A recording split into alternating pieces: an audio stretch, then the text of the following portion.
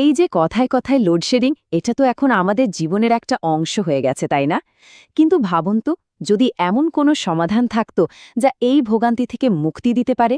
হ্যাঁ, একটা 2 kilowatt hybrid solar সিস্টেমই হতে পারে ছোট একটা বাসার বিদ্যুৎ সমস্যার দারুণ এক সমাধান। চলুন আজ এই ব্যাপারটা একটু সহজ করে জেনে নেওয়া যাক। প্রশ্নটা খুবই সাধারণ, কিন্তু এর উত্তরটা আমাদের সবারই জানা।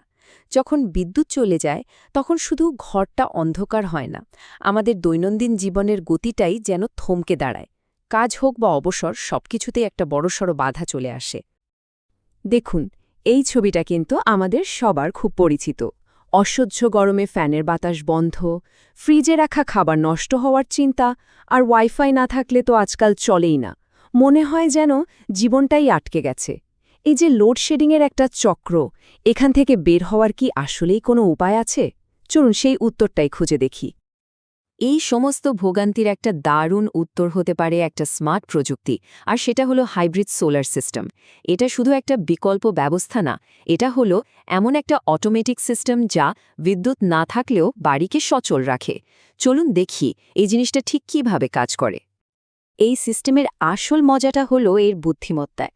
এটা নিজে নিজেই বুঝতে পারে কখন সোলার প্যানেল থেকে বিদ্যুৎ ব্যবহার করতে হবে, কখন গ্রিডের সাহায্য নিতে হবে, আর যখন দুটোই নেই তখন জমানো ব্যাটারি থেকে পাওয়ার সাপ্লাই দেবে।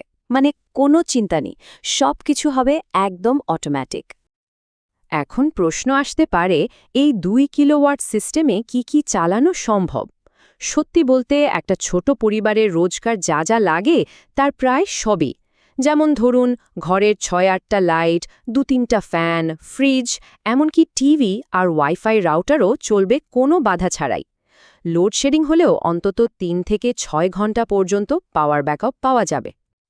আচ্ছা, এবার সবচেয়ে জরুরি আলোচনায় আসা যাক। এর পিছনে খরচ কেমন, আর মাস শেষে আসলে কতটা সাশ্রয় হবে? কারণ যে কোনো কিছুতে বিনিয়োগ করার আগে এই হিসাবটা পরিষ্কার থাকা খুব দরকার। বাংলাদেশে আবহাওয়া ভালো থাকলে একটা 2 কিলোওয়াট সিস্টেম প্রতি মাসে প্রায় 240 থেকে 300 ইউনিট বিদ্যুৎ তৈরি করতে পারে। এই বিদ্যুৎটা সরাসরি বাসার কাজে লাগে, ফলে গ্রিড থেকে বিদ্যুৎ কম ব্যবহার হয়। সহজ কথায়, বিদ্যুতের ওপর নিজের নিয়ন্ত্রণটা অনেক বেড়ে যায়। আর এই নিয়ন্ত্রণের ফলে সাশ্রয়টাও কিন্তু বেশ ভালো। প্রতি মাসে বিদ্যুৎ বিল থেকে প্রায় 3,500 টাকা পর্যন্ত বেঁচে যেতে পারে। একবার ভাবুন তো, বছরে এই জমানো টাকার অঙ্কটা কোথায় গিয়ে দাঁড়াবে? একটা সম্পূর্ণ 2 কিলোওয়াট হাইব্রিড সোলার সিস্টেম লাগাতে গেলে প্রাথমিকভাবে 2,40,000 থেকে 3 লাখ টাকার মতো বিনিয়োগ করতে হয়। এই খরচার মধ্যে কিন্তু সোলার প্যানেল, ইনভার্টার, ব্যাটারি, মানে সবকিছুই ধরা আছে। এই টেবিলটা দেখলে পুরো ব্যাপারটা আরও পরিষ্কার হয়ে যাবে। বছরে যদি গড়ে 35,000 টাকা বাঁচে, তাহলে পুরো বিনিয়োগটা উঠে আসতে মোটামুটি 6 থেকে 7 বছর সময় লাগবে। কিন্তু এর সাথে যে বাড়তি সুবিধাটা পাওয়া যাচ্ছে, মানে নিরবিচ্ছিন্ন বিদ্যুৎ আর মানসিক শান্তি, সেটার তো কোনো আর্থিক মূল্য হয় না, তাই না? হ্যাঁ, ঠিক তাই। টাকার হিসাবের বাইরেও এই সিস্টেমের এমন কিছু সুবিধা আছে যা আসলে টাকায় মাপা সম্ভব না। চলুন সেই দিকগুলো নিয়ে একটু কথা বলা যাক। এই দুটো ছবির পার্থক্যটাই আসলে পুরো গল্পের সারমর্ম। একদিকে লোডশেডিংয়ের কারণে সব বন্ধ, জীবনযাত্রা স্থির, আর অন্যদিকে হাইব্রিড সিস্টেমের কল্যাণে জরুরি সবকিছু চলছে।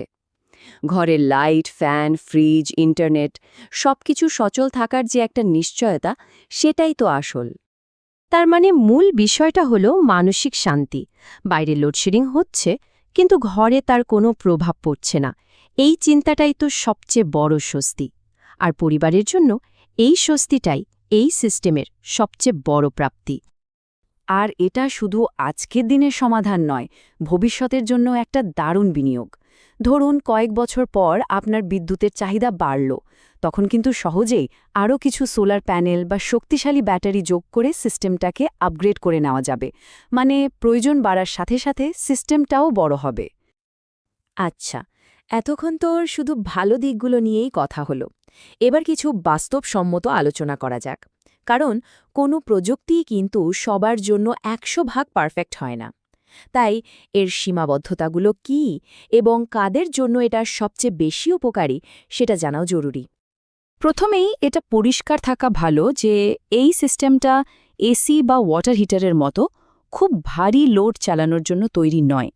আর যে কোনো রিচার্জেবল ব্যাটারির মতোই এরও একটা আয়ও আছে। সাধারণত 4 থেকে 6 বছর পর ব্যাটারি বদলানোর প্রয়োজন হতে পারে। এই বিষয়গুলো মাথায় রেখেই সিদ্ধান্ত নেওয়া উচিত। তাহলে কাদের জন্য এই সিস্টেমটা একটা আদর্শ সমাধান হতে পারে? মূলত ছোট পরিবার, মানে 1 বা 2 বেডরুমের বাসা, যেখানে আগেকার লোডশেডিং হয় এবং মাসিক বিদ্যুৎ বিল 3 থেকে 6,000 টাকার মধ্যে আসে, তাদের জন্য এটা দারুণ কার্যকর। বিশেষ করে যারা চান যে লোডশেডিংয়ের সময় অন্তত জরুরি জিনিসগুলো যেন সচল থাকে। সবশেষে একটা কথাই বলা যায়, একটা 2 কিলোওয়াট হাইব্রিড সিস্টেম হয়তো আকারে ছোট, কিন্তু এটা একটা ছোট বাড়ির জন্য অনেক বড় একটা নিশ্চিন্ততার কারণ হতে পারে। এটা শুধু বিদ্যুৎ সমস্যার সমাধান নয়, এটা আসলে লোডশেডিংয়ের এই সময়ে একটু শান্তিতে থাকার সুযোগ। এখন বাকি সিদ্ধান্তটা কিন্তু আপনাকেই নিতে হবে।